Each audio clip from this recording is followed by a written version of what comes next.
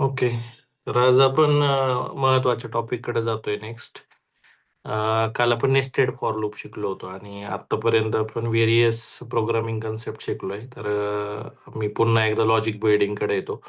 Logic building करत असताना आपल्याला बेसिक गोष्टीपासून सुरुवात करायची असते. म्हणजे की आपल्याकडे एडिटर पाहिजे, आपल्याकडे कंपायलर पाहिजे सी लँग्वेजचा. त्याच्यानंतर आपल्याला बेसिक कोडिंगचं नॉलेज पाहिजे. म्हणजे कोडिंग कुठून स्टार्ट करायचंय आणि कसं स्टार्ट करायचंय.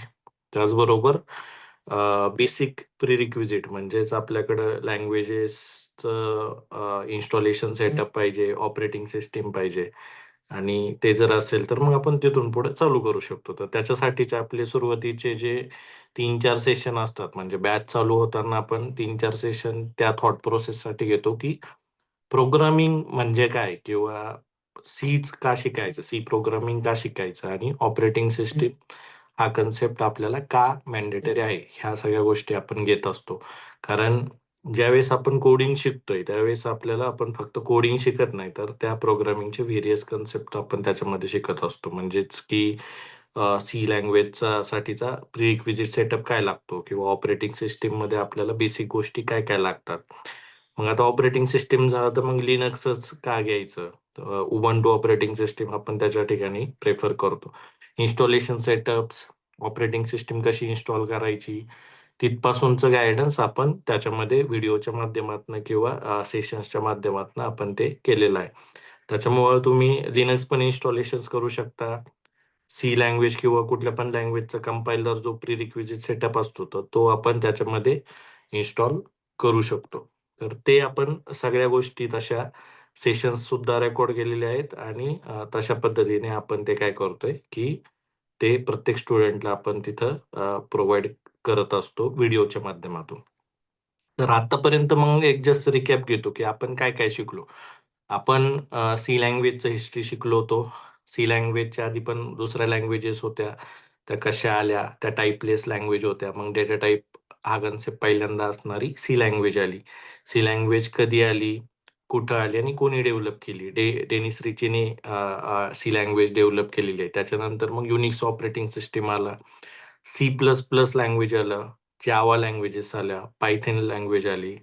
Android वगैरे सुद्धा 2008च्या आसपास आला आणि आता आपण सगळेजण मोबाईलमध्ये Android ऑपरेटिंग सिस्टम असणारा मोबाईल आपण यूज करतो.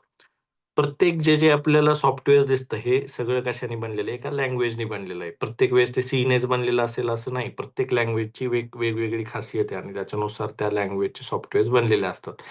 मग आता ज्यावेळेस आपण इंडस्ट्रीमध्ये जातो किंवा ज्यावेळेस आपण इंटरव्ह्यू देऊन इंडस्ट्रीमध्ये जातो, तर त्यावेळेस आपल्याला काही क्वेशन्स विचारले गेले जातात. मग ते ऑल्वेज तुम्हाला बेसिक नॉलेज तुमचं चेक केलं जातं, की तुम्ही डेव्हलपरसाठी तुमची प्रोफाईल चांगली आहे, की क्यूएसाठी तुमची प्रोफाईल चांगली आहे आणि त्याच्यानुसार तुमचा जो जॉब रोल आहे तो ठरतो. ऑर्गनायझेशन्समध्ये इंटरव्ह्यूला जात असताना आपल्याला एक नॉलेज बेस आपला चेक केला जातो, की तुम्ही बेसिक कोडिंग तुम्हाला येतंय का? किंवा ॲडव्हान्स लेव्हलचं कोडिंग येतंय का? नक्कीच. ज्यावेळेस आपण फ्रेशर म्हणून जातो, त्यावेळेस ते फ्रेशर्सला जे प्रिरिक्विजिट आहेत तेच एक्स्पेक्ट करतात. म्हणजे इंटरव्ह्यूअर किंवा कुठली पण ऑर्गनायझेशन काय एक्स्पेक्ट करते, की मला त्या पर्टिक्युलर मुलाला काय आलं पाहिजे किंवा ॲज अ प्रिरिक्विजिट ट्रेनिंग वगैरे त्या गोष्टी तर मिळणारच आहेत. बट ॲट अ प्रिरिक्विजिट त्याला काही बेसिक नॉलेज येतंय का? किंवा त्याला किती लँग्वेजेस माहिती आहेत? कुठल्या लँग्वेजमध्ये तो प्रोग्रामिंग करू शकतो? त्याला डेटा स्ट्रक्चर किंवा coding internals, memory management, operating system internals ह्या सगळ्या गोष्टी त्याला माहीत आहेत का? MySQL त्याला माहीत आहे का? किंवा लिनक्स त्याला माहीत आहे का? ह्या गोष्टी जर माहीत असेल तर आणि तरच मग तिथून तुमची प्रोफाईल शॉर्टलिस्ट होते आणि तुमचे इंटरव्ह्यूज तिथं होत जातात. इंटरव्ह्यूमध्ये तुम्हाला कुठले पण क्वेशन्स विचारू शकतात. तर त्यासाठी तुम्ही बेसिक तयारी करणं महत्त्वाची आहे. आता याच्यामध्ये बेसिक तयारी म्हणजे कुठला पण आजचं सेशन मी मेन याच्यासाठी सांगतो, की आत्तापर्यंत जे तुम्ही शिकलाय म्हणजे आपले 20 सेशन झाले सी प्रोग्रामिंगवरती, ज्याच्यामध्ये 50% सिलेबस आत्तापर्यंत आपला शिकून झालाय. तर मग त्या 50% मध्ये आपण काय शिकलो? तर सी लँग्वेज म्हणजे काय? किंवा सी लँग्वेजच का शिकायचं? आपण सी लँग्वेजला मदर ऑफ ऑल लँग्वेज म्हणतो.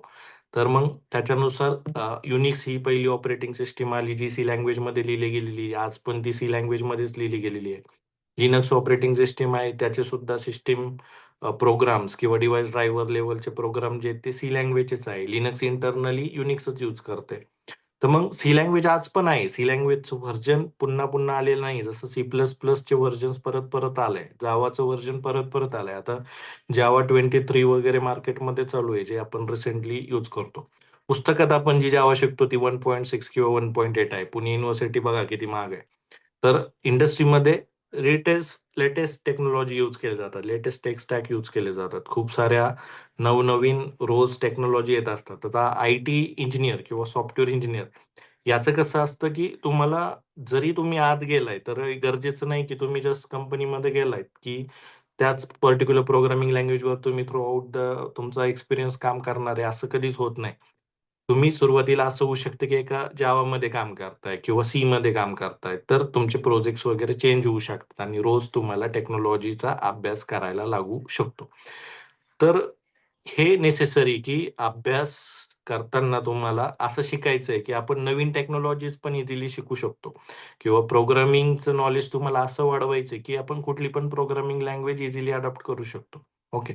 तर इंडस्ट्रीमध्ये कोणाची जास्त व्हॅल्यू आहे, की तुम्ही प्रोग्राम रिक्वायरमेंटनुसार अपडेट करू शकता किंवा एकदा लिहिलेला प्रोग्राम किंवा दुसऱ्याने लिहिलेला प्रोग्राम, तो तुम्ही क्लायंटची जशी रिक्वायरमेंट आहे, तशी तुम्ही ती मॉडिफाय करू शकता का? किंवा ॲज अ टीम तुम्ही तिथं काम करू शकता का? तर याची सगळ्यात जास्त इंडस्ट्रीमध्ये रिक्वायरमेंट असते आणि तुम्ही किती फास्ट करताय, तुम्ही किती ॲक्टिव्हली त्याच्यामध्ये कॉन्ट्रिब्यूट करताय, ह्या सगळ्या गोष्टी तिथं मेंटेन केल्या जातात. निश्चितच. बाकी ज्या तुमच्या कम्युनिकेशन स्किल्स आहेत, डेमॉन्स्ट्रेशन स्किल्स आहेत, तुम्ही कशा पद्धतीने एक्सप्लेन करताय, तुम्ही कशा पद्धतीने गाईड करताय किंवा तुम्ही दुसऱ्या टीमसोबत कसं कोलॅबोरेट करताय, ह्या सगळ्या गोष्टी त्याच्यामध्ये इम्पोर्टंट असतात. तर सुरुवातीला ज्यावेळेस आपण सी लँग्वेज शिकतोय, तर आपण फक्त सी लँग्वेज शिकत नाहीये, आपण करिअरचा एक पाथ स्टेप बाय स्टेप शिकत आहोत. म्हणजे प्रत्येक कन्सेप्ट आपण त्या लेव्हलला शिकत आहोत, की डेटा टाइप झालं, त्याच्यानंतर डेटा टाइप इंटरनली कसा स्टोअर होतो, डेटा टाइपच्या कुठले-कुठले टाइप्स पडतात. डेटा टाइपच्या त्याच्यानंतर टाइप मॉडिफायर्स काय असतं, टाइप क्वालिफायर्स काय असतं आणि त्याच्यानंतर मग लूप, त्याच्यानंतर कंडिशनल स्टेटमेंट, स्विच हा कसा येतो, इफ एंड एल्स कसं वर्क होतं. त्याच्यानंतर ऑपरेटर्स आणि त्याच्यानंतर मग साइज ऑफ ऑपरेटर सुद्धा. इंटला किती साईज जाते किंवा फ्लोटला किती साईज जाते. तर या सगळ्या गोष्टी आपण त्याच्यामध्ये बघितल्या आहेत आत्तापर्यंत आणि त्याच्यानंतर मग आपण लूप चालू केलं होतं. फंक्शन हा इम्पोर्टंट टॉपिक त्याच्यामध्ये चालू केला होता. लूपमध्ये सुद्धा आपण लूप आणि नेस्टेड लूप अशा खूप सारे कन्सेप्ट त्याच्यामध्ये घेतले.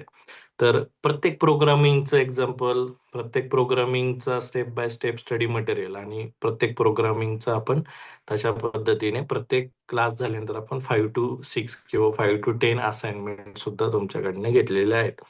तर असाइनमेंट्स नीट मेंटेन करायच्या आहेत. GitHubवरती जे इंडस्ट्रीमध्ये source code management tool use होतं, तर तेच सगळ्यांनी यूज करायचंय. पुढं-पुढं जाऊन मी तुम्हाला आणखी काही टूल सांगणार आहे. जसं आपण जावा शिकू, जसं आपण सी प्लस प्लस शिकू, तर इंडस्ट्रीमध्ये ज्या गोष्टी यूज केल्या जातात, तर त्याच आपण क्लासमध्ये सुद्धा घेणार आहोत. तर त्या दृष्टीने आपण सगळं शिकायचंय.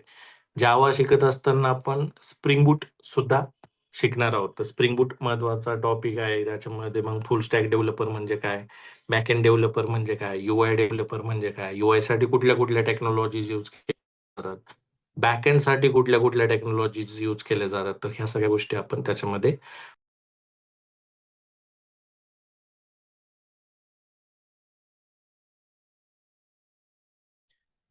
ओके. आवाज येतोय का सगळ्यांना? Just give me 1 minute. येतो.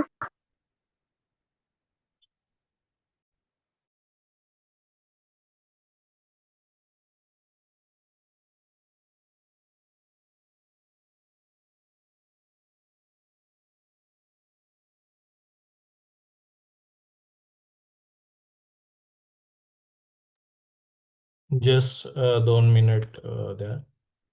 पुन्हा एकदा आपण चालू करूयात.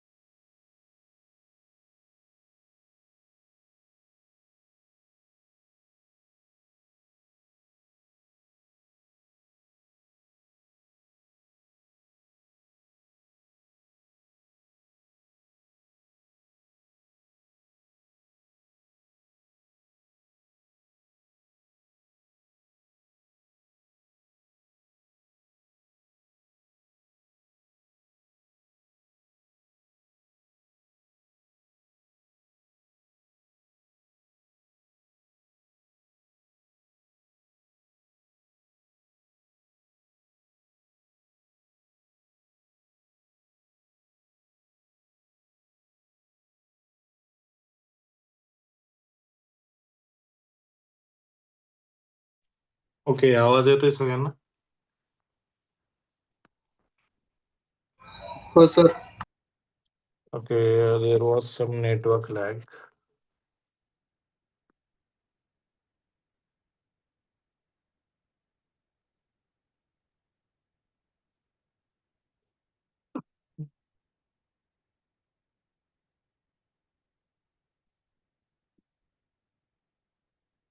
ओके.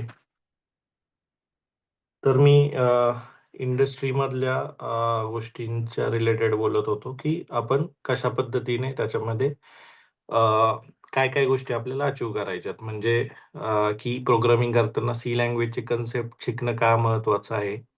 त्याच्यानंतर आपण सगळ्या गोष्टी YouTubeला अपडेट केलेल्या आहेत. म्हणजेच की YouTubeमध्ये प्रत्येक सेशन सिक्वेन्स बाय सिक्वेन्स आहे. त्याचं डिस्क्रिप्शन तिथं आहे.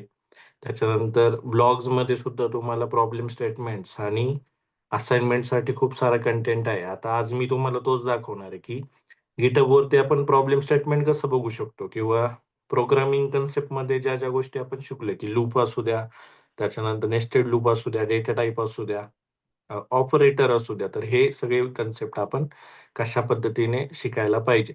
तर अभ्यास करताना नुसताच अभ्यास नाही करायचा, तर वेल मॅनर तुमचं एक पर्टिक्युलर स्टेप असली पाहिजे आणि ती मी माझ्या प्रत्येक स्टुडंटला सांगत चालतो, की हे तुम्ही असं केलं पाहिजे, तर तुम्हाला तो सक्सेसचा पाथ लवकर भेटू शकतो किंवा प्रोग्रामिंग तुम्ही त्या पद्धतीने घेऊ शकतो. फक्त प्रोग्रामिंग सी लँग्वेज जर नीट आलं तुम्हाला, तरी खूप साऱ्या गोष्टी सॉर्ट होतात. सी लँग्वेज परफेक्ट आलं तर आपल्याला बाकीच्या लँग्वेज येऊ शकतात. आपल्याला सी लँग्वेज तर येतच, बट अभ्यास कसा करायचा हे पण टेक्निक तुम्ही नीट शिकायचंय. पुस्तकांची नावं मी सांगितलंय. नागेश्वररावचं पुस्तक सी लँग्वेजचं अल्टिमेट सी हे पुस्तक तुम्हाला पाहिजे. ₹300 पुस्तक आहे, बट त्याच्यातनं मिळणारं नॉलेज खूप सारं आहे आणि ते मी अनुभवलेलं सुद्धा आहे. माझ्याकडं जवळपास 40 ते 50 रेफरन्स बुक आहेत. प्रत्येक याचा रायटर वेगवेगळा आहे. बट जे चांगले पुस्तकं आहेत आणि जे तुम्हाला त्या स्टेजला शिकायला पाहिजे किंवा ज्या पर्टिक्युलर टाईममध्ये शिकायला पाहिजे, ते मी तुम्हाला सांगत जाणार आहे. प्रत्येक लँग्वेज आलं की त्याचं मी बुक सांगेल. त्याच्या नोट्स तुम्हाला मिळतील. प्रॉब्लेम स्टेटमेंट, लॉजिक बिल्डिंग कसं वाढवायचं याचं प्रॉपर तुम्हाला गोष्टी त्याच्यामधनं मिळणार. बट तुम्ही फॉलो केलं पाहिजे. आता मी ज्यावेळेस असाइनमेंट्स वगैरे विचारतो किंवा आउटपुट विचारतो, तर तिथं हेजिटेट व्हायचं नाहीये. कॉन्फिडेंटली तुम्ही समोर यायचंय. कॉन्फिडेंटली सांगायचं की सर हे असं होतं किंवा सर या अशा पद्धतीने मी केलंय, इथं मला प्रॉब्लेम येतोय, तर मग हे कसं मी ओव्हरकम करणार? किंवा इथं मला कॉन्फिडन्स वाटत नाही, या टॉपिकला मला थोडंसं वाटतं की मी आणखी काय करू शकतो किंवा करू शकते. तर त्या गोष्टी तुम्हाला तिथं आल्या पाहिजेत. तर आत्तापर्यंत आपण असाइनमेंट्स खूप घेतल्या. म्हणजे प्रत्येक आत्तापर्यंतच्या असाइनमेंट्स तुमच्या 100 प्लस असाइनमेंट झाल्या असतील. तर त्या गोष्टी सुद्धा तुम्हाला चांगल्या पद्धतीने मेंटेन करायच्यात आणि नुसतं मेंटेन नाही करायचं, एक प्रोफाईल पण तुमची बनवत चालायची. आता सी लँग्वेज झाल्यानंतर, सी लँग्वेज ज्यावेळेस तुमचं संपेल, तर सी लँग्वेज झाल्यानंतर तुम्हाला एक त्याच्यावरती प्रोजेक्ट सुद्धा करायचा आहे आणि सी लँग्वेजमध्ये सुद्धा तुम्ही एक प्रोजेक्ट दाखवू शकता, जो तुमचा रिझ्यूममध्ये सुद्धा तो प्रोजेक्ट राहणार आहे. तर तशा पद्धतीने प्रत्येक लँग्वेजचा आपल्याला एक स्मॉल प्रोजेक्ट करायचा आणि तो त्याच्यामध्ये मेंटेन करायचा. पूर्ण प्लेसमेंटची बॅच झाल्यानंतर सुद्धा तुम्हाला हँड्स ऑन प्रोजेक्टचं सुद्धा नॉलेज त्याच्यामध्ये दिलं जाईल. इंडस्ट्रीमध्ये प्रोजेक्ट कसा चालतो, प्रोजेक्ट डिस्ट्रिब्यूट कसा होतो, प्रोजेक्टची टीम कशी असते, प्रोजेक्टचा कोड कसा मेंटेन केला जातो, GitHubमध्ये आपण ब्रांच वगैरे कसं बनवतो, त्याच्यानंतर ते मर्जिंग वगैरे कसं होतं आणि प्रोडक्शनला कोड कसा शिप होतो. तर त्याच्यामध्ये DevOps वगैरे कन्सेप्ट यूज केले जातात. तुम्ही माझ्या काही व्हिडिओजमधनं सुद्धा तुम्हाला DevOps वगैरे शिकायला त्याच्यामधनं मिळणार आहे. खूप साऱ्या गोष्टी आहेत शिकण्यासारख्या.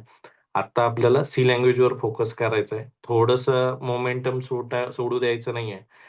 आजचं सेशन महत्वाचं याच्यासाठी, की आपण अभ्यास करताना कुठला कन्सेप्ट कुठं बघायचा आहे, GitHub आणि ब्लॉग्स किंवा YouTubeचे जे आधीचे सेशन्स आहेत, त्याचा अभ्यास करताना कसा यूज करून घ्यायचा आहे, ह्या सगळ्या गोष्टी आपण तिथं आज आपण बघणार आहोत. तर बुक्स तुमच्याकडे असलंच पाहिजे. पूर्ण रेकॉर्डिंगचा ॲक्सेस तुमच्याकडे असला पाहिजे. रेकॉर्डिंग जर दिसत नाहीयेत किंवा कुठल्या सेशन्स तुम्हाला बघायला प्रॉब्लेम येतोय, तर तिथं तुम्ही मला नोटिफाय करायचं, की सर मला हा रेकॉर्डिंग दिसत नाहीये. त्याच्यानुसार तुम्हाला तो ॲक्सेस वगैरे मेंटेन केला जाईल. स्टडी मटेरियलचा ॲक्सेस तुमच्याकडे असला पाहिजे. ब्लॉग्स तुम्ही बरोबर बघतायत आणि नोट्स तुम्ही प्रॉपर प्रिपेअर करतायत. त्याच्यानंतर प्रोग्रामिंग झाल्यानंतर तुम्ही रिव्ह्यू करून घेतायत का? की सर हा प्रोग्राम केलाय आणि तुम्ही याच्यामध्ये मला सांगा की माझा प्रोग्राम बरोबर आहे का, याचं आउटपुट मी कसं मेंटेन केलं पाहिजे. या सगळ्या गोष्टी त्याच्यामध्ये आहे. मंथली तुम्ही त्याच्यामध्ये चेक्स ठेवा की मी प्रोग्राम करतोय किंवा करते. त्याच्यानुसार सगळ्या गोष्टी तुम्हाला त्याचा कॉन्फिडन्स सुद्धा वाढत जाईल. आता सी लँग्वेज शिकलं तर सी लँग्वेजला जर तुम्हाला महिना किंवा दीड महिना किंवा 2 महिने लागतं शिकायला, तर सी प्लस प्लस तुम्ही खूप कमी टाईममध्ये शिकू शकता. जावा तुम्ही खूप कमी टाईममध्ये शिकू शकता. पायथॉन तुम्ही खूप कमी टाईममध्ये शिकू शकता. तर लँग्वेजेस शिकण्यापेक्षा किंवा कोडिंग शिकण्यापेक्षा लॉजिक बिल्डिंग कसं होणार आहे, आपण मनाने प्रोग्राम कसं करणार आहे, ह्या गोष्टी सुद्धा त्याच्यामध्ये इम्पॉर्टंट आहेत. ओके, तर आतापर्यंतचे कन्सेप्ट मी रिकॅप पुन्हा एकदा करतोय की डेटा टाइप आपलं झालंय, डेटा टाइपचे व्हेरियस टाइप्स आपले झालेत, ऑपरेटर आपलं झालंय, फंक्शन आपलं झालंय आणि आता काय चालू करणार आहे, ॲरे. हे चालू करत असताना प्रोग्राम सुद्धा आपण व्हेरियस घेतले, तर प्रत्येक प्रोग्रामचं आउटपुट तुम्हाला तिथं आलंच पाहिजे. आलंच पाहिजे म्हणेल मी. ओके. काल काही गोष्टींचं आउटपुट्स प्रॉपर येत नव्हते. तर ते कधी शक्य आहे तुम्ही रोज-रोज प्रॅक्टिस त्याच्यावरती करणार, लॉजिकल थिंकिंग त्याच्यावर करणार. डिबगिंगचा पण मी एक व्हिडिओ दिलाय, की तुम्ही प्रोग्रामॅटिकली बघू शकता, की त्या व्हेरिएबलची व्हॅल्यू किती असाइन झाली. त्या व्हेरिएबलला ज्यावेळेस लूपमध्ये फिरवलं जातं, तर त्याची व्हॅल्यू कशी चेंज होती. ओके. तर ब्रेक पॉइंट काय असतो किंवा प्रोग्राम डिबग कसा करायचा, तर तो व्हिडिओ सुद्धा मी आपल्या चॅनलवर ऑलरेडी आहे. तो सुद्धा तुम्हाला दिलाय. तर ते तुम्हाला करता आलंच पाहिजे. ओके. कंपायलरच्या स्टेप्स, टूल चेन कसा एक्झिक्यूट होतो, म्हणजे एडिटरमधनं प्री प्रोसेसर कसा काम करतो, लिंकर कसा काम करतो, लोडर कसा काम करतो आणि प्रोग्राम मग स्टॅकवरती कसा जातो किंवा रॅमवरती कसा जातो आणि तिथं तो एक्झिक्यूट होऊन मग इंटरनल रजिस्टर्स वगैरे कसे यूज होतात आणि आउटपुट आपल्याला परत कसं येतं. तर त्याचा व्हिडिओ सुद्धा टूल चेनमध्ये मी तुम्हाला सांगितला. तर त्या सगळ्या गोष्टी डायग्रॅमॅटिकली काढून ठेवा. तुमचं थॉट प्रोसेस बनवा, की हे सगळं इंटरनली काय होतंय. हॅलो वर्ल्डचा जरी 5 लाईनचा प्रोग्राम आहे, ॲडिशनचा जरी 5 लाईनचा प्रोग्राम आहे, तर तो इंटरनली कसं काम करतोय. ते कॉम्प्युटर इंटरनली कसं घेतंय, इंटरप्रिटर किंवा कंपायलर ह्या गोष्टी कशा आहेत आणि आउटपुट आपल्याला कसं येतं इन द ह्युमन अंडरस्टँडेबल फॉर्मॅटमध्ये. तर ह्या गोष्टी खूप महत्त्वाच्या आहेत. तसं थिंकिंग तुमचं आत्तापासूनच डेव्हलप झालं पाहिजे. सुरुवातीला तुम्ही 10 लाईन, 20 लाईन, 30 लाईनचा प्रोग्राम करताय. नंतर तुम्ही तो प्रोग्राम त्याच्यामध्ये वाढवणार आहात. ओके. क्लिअर आहे? तर आता मी तुम्हाला पुढचा पार्ट याच्यामध्ये दाखवतोय, की तुम्ही प्रोग्राम कसा बघायचा. तर आता GitHubचा ॲक्सेस सगळ्यांकडे आहे. Yes or no? Yes sir. Okay. तर GitHubच्या याच्यामध्येच तुम्हाला इथं प्रोग्राम्स असे समजणार आहेत किंवा प्रोग्रामचा ॲक्सेस मिळेल. तो प्रोग्राम तुम्ही Git क्लोन करून लोकली घेऊ शकता. Gitचे सेशन्स ऑलरेडी झालेत. त्याच्यामुळे तुम्हाला लोकली कसं घ्यायचं आहे किंवा प्रोग्राम मेंटेन कसा करायचा, तर याच्या गोष्टी तुम्हाला ऑलरेडी याच्यामधनं समजणार आहेत. ओके. तर इथं जर तुम्ही बघितलं तर इथं आता हा ॲरेचा प्रोग्राम आहे. ओके. ॲरे आज आपण शिकणार होतो, बट आज थोडासा टाईम मी प्रोग्राम कसे मेंटेन करायचे किंवा स्टडी मटेरियल कुठं बघायचं आणि कसं बघायचं याच्यावरती फोकस करतोय. तर तुमच्या लोकली तुमचे सगळे प्रोग्राम्स असले पाहिजे. त्याच्यानंतर लेट्स से तुम्हाला कॉन्स्टंट हा कन्सेप्ट शिकायचा. मग कॉन्स्टंट शिकताना तुम्ही हा प्रोग्राम घ्या, ही पर्टिक्युलर लाईन अंडरस्टँड करा. प्रत्येक लाईनच्या वरती तुम्ही काय करा, कमेंट वगैरे लिहा. तर सुरुवातीला ज्यावेळेस आपण शिकत असतो किंवा लर्निंग फेजमध्ये असतो, त्यावेळेस कमेंट हा सुद्धा खूप महत्त्वाचा एरिया किंवा रोल प्ले करतो, की प्रत्येक कन्सेप्ट नंतर काय करायचं, कमेंट टाकायचं. ओके. तर याच्यासाठी आपण काय म्हणतो, की प्रोग्रामिंग बेस्ड प्रॅक्टिस. हे तुम्ही इंडस्ट्रीमध्ये गेल्यानंतर सुद्धा तुम्हाला ह्या गोष्टी खूप इम्पोर्टंट असतात, की तुम्ही कमेंट कसं टाकताय प्रोग्राममध्ये. आता इथं फॉर एक्झाम्पल बघितलं तर constant int I equal to 10 म्हणजे काय सांगतोय, की आय हा इंटिजर आहे आणि त्याची व्हॅल्यू काय कॉन्स्टंट आहे. मी परत चेंज करू शकतो का? तर नाही करू शकत. जर मी त्याला आय प्लस प्लस लिहिलं किंवा त्याची व्हॅल्यू परत रिअसाइन करून चेंज करायचा प्रयत्न केलं, आय इक्वल टू परत 11 केलं, तर काय होणार आहे? पॉसिबल नाही. एरर येणार आहे. कंपाईल टाईम एरर येणार आहे. तर ह्या सगळ्या गोष्टी ज्या आहेत त्या तुम्ही कमेंट्सला मारून त्याच्यामध्ये लिहायच्या आहेत. किंवा हे प्रोग्राम्स रन पण करून तुम्ही त्याच्यामध्ये बघू शकता, की आता इथं फॉर एक्झाम्पल कमेंट टाकले, "this program demonstrate constant in C." याच्यावरती तुम्ही ऑथर टाकू शकता, प्रोग्रामिंगचं डेट काय ते टाकू शकता, फंक्शन त्याच्या फंक्शनची डेफिनेशन किंवा फंक्शनचा कॉल ते सुद्धा तुम्ही त्या तिथं प्रॉपर लिहू शकता. ओके. तर असे प्रत्येक कन्सेप्ट्स त्याच्यामध्ये आहे. आता फॉर एक्झाम्पल इथं मी काय सांगतो, की लूप. लूप शिकताना आपण नॉर्मल प्रिंटफ शिकलो होतो. त्याच्यानंतर मग आपण इंट आय घेतलं होतं. फॉर लूप आपण शिकलो होतो. त्याच्यामध्ये आपण त्याचं शिकलो होतो, की सिंटॅक्स कसा असतो. इनिशियलायझेशन असतो, नंतर मध्ये कंडिशन असते, नंतर इन्क्रिमेंट ऑपरेटर असतो आणि त्याच्यानंतर मग आपण त्या लूपमध्ये गोष्टी टाकू शकतो किंवा आपल्याला जर मल्टिपल वेळा त्या गोष्टी प्रिंट करायच्या तर ते आपण टाकू शकतो. तर मग इथं तुम्ही प्रॉपर त्याचा अभ्यास करताना आपले जे कोड बेस आहेत किंवा एक्झाम्पल्स आहेत जे GitHub वरती कन्सेप्ट आपण सेशनमध्ये शिकलोय, बट मग आता अजून प्रॅक्टिस करायची. तर त्या प्रॅक्टिससाठी तुम्ही माझ्या GitHub Mahesh Wable coding assignments GitHub वरती जायचंय. तिथून GitHub क्लोन करायचं आणि कन्सेप्ट तिथून तुम्ही प्रॉपर शिकू शकता. ओके, क्लिअर आहे? तर प्रत्येक कन्सेप्ट म्हणजेच आता इथं मी तुम्हाला लूपचं सांगितलं, तर मग लूपमध्ये तेवढाच लूप आहे का नाही? तुम्ही वेगवेगळे सिंटॅक्स त्याचे लिहू शकता. तर तसंच इथं सगळं केलेलं आहे. ओके. तर इंट आय इथं सुरुवातीला इनिशियलाइज नाही केला, आतमध्ये इनिशियलाइज केलाय. त्याच्यानंतर इथं इनिशियलाइज केलाय. त्याच्यानंतर इनिशियलायझेशनचं पॅरामीटर नाही दिलं, तर मग काय होतं? कंपाईल टाइम एरर येतो की प्रोग्राम एक्झिक्यूट होतो. तर एक्झिक्यूट होतो. तुम्ही वेगवेगळ्या प्रकारे फॉर लूपचं सिंटॅक्स लिहू शकता. ओके. तर याच्यामध्ये खूप सारे वेगवेगळे तुम्हाला प्रॉब्लेम स्टेटमेंट त्याच्यामध्ये दिसतील. जर आपण लिहिलं नाही तर मग त्या ठिकाणी एरर येऊ शकतो का? तर मग त्या सगळ्या एक्झाम्पल्स तुम्हाला इथं त्याच्यामधनं प्रॉपर लर्निंग तुम्हाला समजणार आहे. प्रत्येक कन्सेप्टसाठी खूप साऱ्या गोष्टी त्याच्यामध्ये आहेत, ज्या तुमच्या नॉर्मल युनिव्हर्सिटीच्या बुक्समध्ये नाही मिळणार, बट इथं तुम्हाला ते सगळं मिळेल. ओके. तर असं खूप साऱ्या गोष्टी त्याच्यामध्ये तुम्हाला इथं घेतलेल्या आहेत. तर त्या तुम्ही इथं शिकू शकता. आता for example size of operator तुम्हाला शिकायचंय. मग साइज ऑफ ऑपरेटर शिकताना साइज ऑफ इंटिजर जर तुम्हाला काढायची, तर मग तो तुम्ही कसा सिंटॅक्स यूज करणार? %d आणि साइज ऑफ इंट. त्यानंतर फ्लोटचा पाहिजे तर फ्लोट, डबलचा पाहिजे तर डबल, कॅरचा पाहिजे तर कॅर. त्याच्यानंतर शॉर्ट इंटिजरची साईज तुम्हाला प्रिंट करायची, तर मग ती ती कशी बघू शकता? शॉर्ट, लाँग हे काय आहेत? टाइप मॉडिफायर आहेत. ओके. तर तशा पद्धतीने तुम्ही इथं त्याचं साईज शिकू शकता. आता स्ट्रक्ट लगेच शिकायची गरज नाही. ज्या गोष्टी माहिती आहेत त्याच तुम्ही तिथं त्याच्यामध्ये कमेंट मारून किंवा लाईन बाय लाईन त्या प्रोग्रामला एक्सटेंड करून त्याच्यामधनं शिकून घ्यायच्या आहेत. ओके. तर अशा पद्धतीने तुम्हाला प्रोग्रामिंगचा ऍक्सेस आला पाहिजे. त्याच्यानंतर तुम्हाला ब्राउझरवरती सुद्धा आपले ब्लॉग्स किंवा खूप सारे व्हिडिओज अवेलेबल आहेत. त्याच्यामुळं बाहेर तुम्हाला काही सर्च करायची गरज नाहीये. ओके. फॉर एक्झाम्पल तुम्ही DevOpsLover.com वरती गेला. ओके. तर इथं सुद्धा तुम्हाला प्लेसमेंट स्टडीज म्हणून फोल्डर मिळतील किंवा प्रत्येक कन्सेप्ट तुम्हाला त्याच्यामध्ये मिळणार आहे. ओके. तर इथं तुम्ही जस्ट सर्च वगैरे जरी केलं तरी पण तुम्हाला त्या गोष्टी इझिली अचीव्ह होतील. ओके.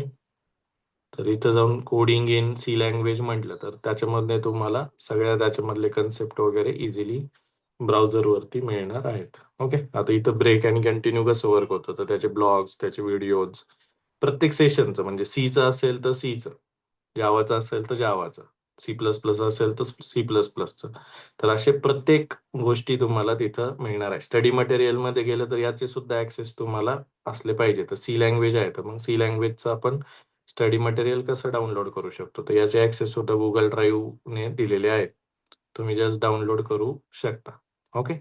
तर हे झालं ब्लॉगचा यूज कसा करायचा, अभ्यासासाठी ब्लॉगचा यूज कसा करायचा, प्रत्येक कन्सेप्ट कसा शिकून घ्यायचा आहे. इथं सर्चमध्ये तुम्ही टाकू शकता एखादा कन्सेप्ट तुम्हाला शिकायचा आहे, तर लूप इन सी असं जर टाकलं तर तुम्हाला त्याच्या रिलेटेड ब्लॉग्स किंवा त्याच्या रिलेटेड तुम्हाला लिंक तिथं मिळणार आहे. थेरॉटिकल कंटेंट असू द्या, प्रॅक्टिकल कन्सेप्ट असू द्या, हे सगळं मी त्या पद्धतीने मेंटेन केलंय. म्हणजेच तुम्हाला बाहेर जायची गरज नाही. कोडिंग रिलेटेड काही जरी असेल, कोडिंग असू द्या, व्हेरियस टेक्नॉलॉजीज असू द्या, तर तुम्हाला DevOpsLover.com हे डोमेन तिथं फॉलो करायचं आणि त्याच्यातून तुम्हाला गोष्टी शिकायच्या. ओके, क्लिअर आहे? ब्लॉग्स रिलेटेड क्वेश्चन्स आहेत कोणाला? की सी लँग्वेज कसा शिका? आता सी लँग्वेजवर फोकस ठेवा. ब्लॉगमध्ये खूप साऱ्या टेक्नॉलॉजीज आहेत. तर तुम्हाला शिकताना काय बघायचंय? C language. ओके, क्लिअर आहे? हो सर. Yes or no? ठीक आहे. त्याच्यानंतर मी तुम्हाला काही ठिकाणी सांगतो की तुम्ही आपल्या YouTubeच्या ब्लॉग्समधनं प्रॉपर तुम्हाला ऍक्सेस वगैरे दिलेला आहे आणि त्याच्यामधनं तुम्ही काय शिका की प्रॉपर गोष्टी सुद्धा त्याच्यामध्ये शिका. ओके, तर आता जर इथं तुम्ही सर्च केलं techno Marathi with MW, okay, तर त्याच्यामध्ये तुम्हाला इथं प्रॉपर याचं कंटेंट सुद्धा तुम्हाला इथं मिळेल आणि याच्यामध्ये खूप साऱ्या प्लेलिस्ट वगैरे सुद्धा आहे. सी प्रोग्रामिंग लँग्वेज झालं किंवा कुठल्या पण प्रोग्रामिंग लँग्वेज, तर याच्यामध्ये तुम्हाला हा कन्सेप्ट सुद्धा इथं प्रॉपर शिकायला मिळणार आहे. तर याची ॲक्सेस सुद्धा घ्यायची. याच्यामध्ये खूप सारे सेशन्स आहेत. ओके. तर हा ॲक्सेस सुद्धा तुम्हाला ईमेलनुसार प्रोव्हाईड केला गेलेला आहे. तर याच्यामध्ये अराउंड म्हणजे फक्त सी लँग्वेज असेल तर 150 प्लस सेशन्स आहेत विथ व्हेरियस टॉपिक. ते जर तुम्ही नेट केले तरी सुद्धा सी लँग्वेज तुम्हाला चांगल्या पद्धतीने येणार आहे. प्रोग्रामिंग्स खूप आहेत, व्हिडिओ सेशन सुद्धा आहेत, क्लास सुद्धा आहे, डेली सेशन आपलं चालणार आहे, व्हेरियस प्रॅक्टिस वगैरे त्याच्यामध्ये चालणार आहे. पण मला काय सांगायचं की तुम्ही हे सगळे रिसोर्सेस तुम्ही चांगल्या पद्धतीने कसे यूज करून घेऊ शकता. फक्त सीच नाही तर प्रत्येक लँग्वेजचा कोर्स आपण तशा पद्धतीने मेंटेन केला आणि तो YouTubeला टाकलेला आहे. तर त्या पद्धतीने तुम्हाला काय करायचं आहे, ॲक्सेस वगैरे घेऊन अभ्यास त्या लेव्हलचा करायचा आहे. त्याच्यानंतर हे झालं ब्लॉग्स, YouTube. त्याच्यानंतर GitHub वरती सुद्धा सगळे कोडिंग असाइनमेंट्स वगैरे किंवा त्याच्या पी-डी-एफ्स म्हणजेच एखादा कन्सेप्ट तुम्ही शिकलाय, तर मग त्याचा लॉजिक बिल्डिंग वगैरे कसं वाढवायचं किंवा लॉजिक बिल्डिंगच्या असाइनमेंट्स कशा मिळतील. तर इथं तुम्हाला लॉजिक बिल्डिंगचे प्रोग्राम्स मिळतील, लॉजिक बिल्डिंगच्या पी-डी-एफ सुद्धा मिळतील. खूप सुरुवातीलाच एकदम अवघडात घुसायचं नाही. ओके, ज्या बेसिक तुम्हाला सांगितल्यात त्याच गोष्टी त्याच्यामधनं बघा आणि त्याच्यानुसार त्या गोष्टी त्याच्यामधनं तुम्हाला तिथं शिकायच्या आहेत. ओके. तर लॉजिक बिल्डिंग करताना तुम्ही पी-डी-एफ वगैरे डाउनलोड करू शकता. त्याच्यानंतर ती पी-डी-एफ तुम्ही बघू सुद्धा शकता. ओके.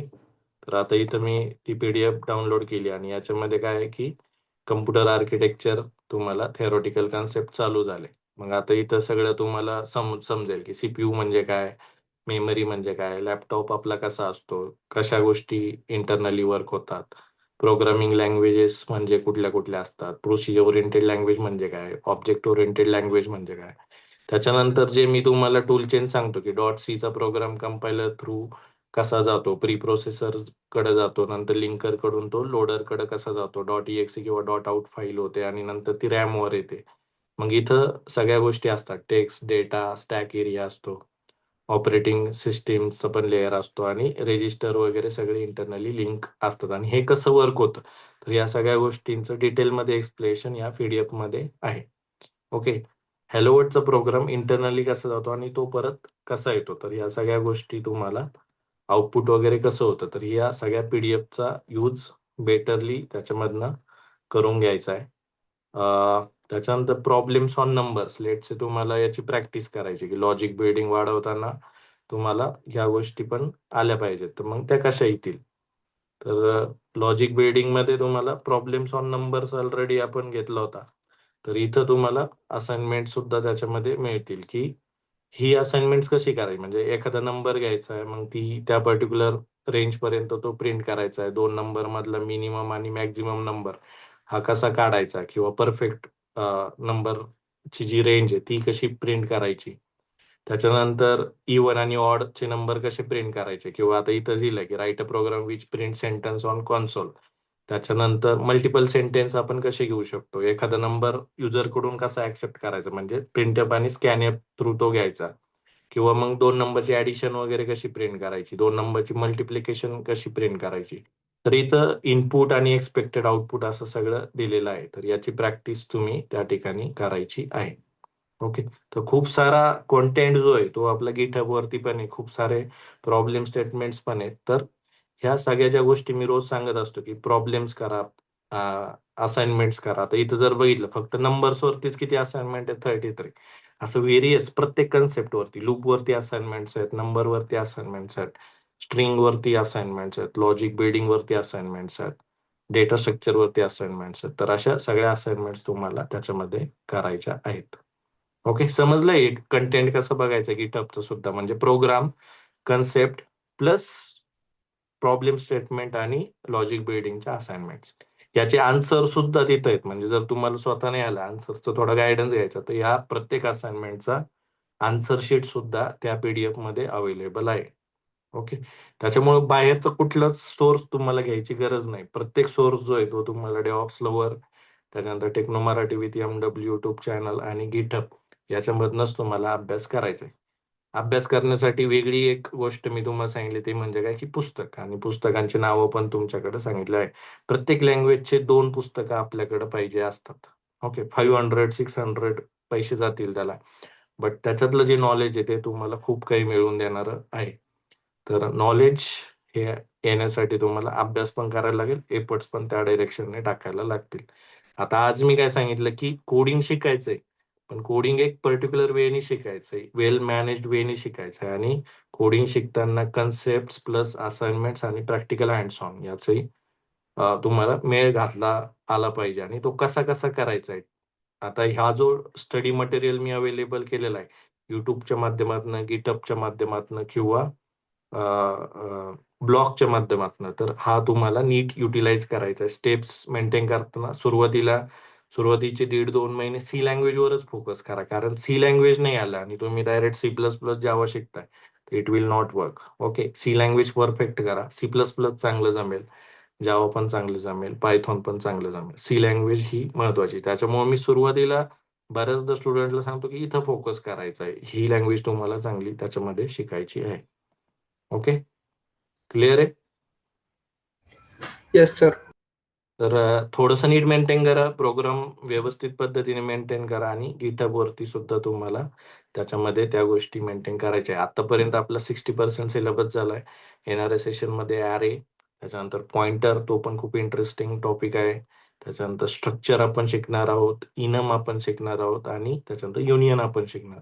हे झाल्यानंतर खूप सारे असाइनमेंट्स पण असतील, आणि डेटा स्ट्रक्चर त्याच्यानंतर होईल, C++ होईल, जावा होईल, त्याच्यानंतर पायथॉन सुद्धा आपण शिकणार आहोत, आणि काही प्रोजेक्ट्स, हँड्स ऑन प्रोजेक्ट्स वगैरे पण आपण शिकणार आहोत. याच्यामध्ये प्रत्येक लँग्वेज होत असताना तुम्हाला एक प्रोजेक्ट सुद्धा सांगितला जाईल. तो प्रोजेक्ट तुम्हालाच इम्प्लिमेंट करायचा आहे, आणि त्याच्या दृष्टीने तुम्हाला तो मेंटेन पण करायचा. हे करत असताना आपण बाकीच्या सुद्धा काही टेक्नॉलॉजी टच करतोय. लेट्स से आता आपण गिटहब शिकतोय, तसंच आपण गिटहब शिकता शिकता तुम्ही एडिटर सुद्धा शिकताय. व्हिज्युअल स्टुडिओ कोड त्याच्यामधनं आत्तापासून तुम्ही कोड करताय. तर त्याच्यानंतर गिटहब तुम्ही करताय. पुढे जाऊन आपण बिल्ड, डिप्लॉयमेंट या सगळ्या गोष्टी तिथं शिकणार आहोत. डॉकरायझेशन किंवा डेव्हऑप्सचे कन्सेप्ट सुद्धा आपण त्याच्यामध्ये शिकणार आहोत. तर माझा पॉइंट हाच असणार आहे की जे मला येतंय ते माझ्या स्टुडंटला पण यायला पाहिजे, आणि ते त्या तुमच्याकडनं करूनच मी प्रत्येक असाइनमेंटमध्ये घेणार आहे. तर तुमचं फक्त 100% द्यायची तयारी ठेवा, की सर तुम्ही जे सांगते ते मी करतोय किंवा करते, आणि you can ask questions to me, you can prepare some mock interview for me. तर त्यामध्ये तुम्हाला क्वेश्चन्स विचारले जाते, टेक्निकल तुम्हाला प्रॉब्लेम स्टेटमेंट दिले जातील, आन्सर एक्सपेक्ट केलं जाईल. तर ती तयारी तुमची आत्तापासूनच असली पाहिजे. ओके. तर थोडासा फोकस नीट ठेवा. आत्ता फक्त 20 दिवस झाला. प्रॉपर गाईडन्स किंवा प्रॉपर स्टेप्स तुम्हाला त्याच्यामध्ये करायच्या आहेत. Okay. Any questions? If not we can conclude today session. उद्या आपण काय बघणार आहोत? तर array, that is very important concept. Okay.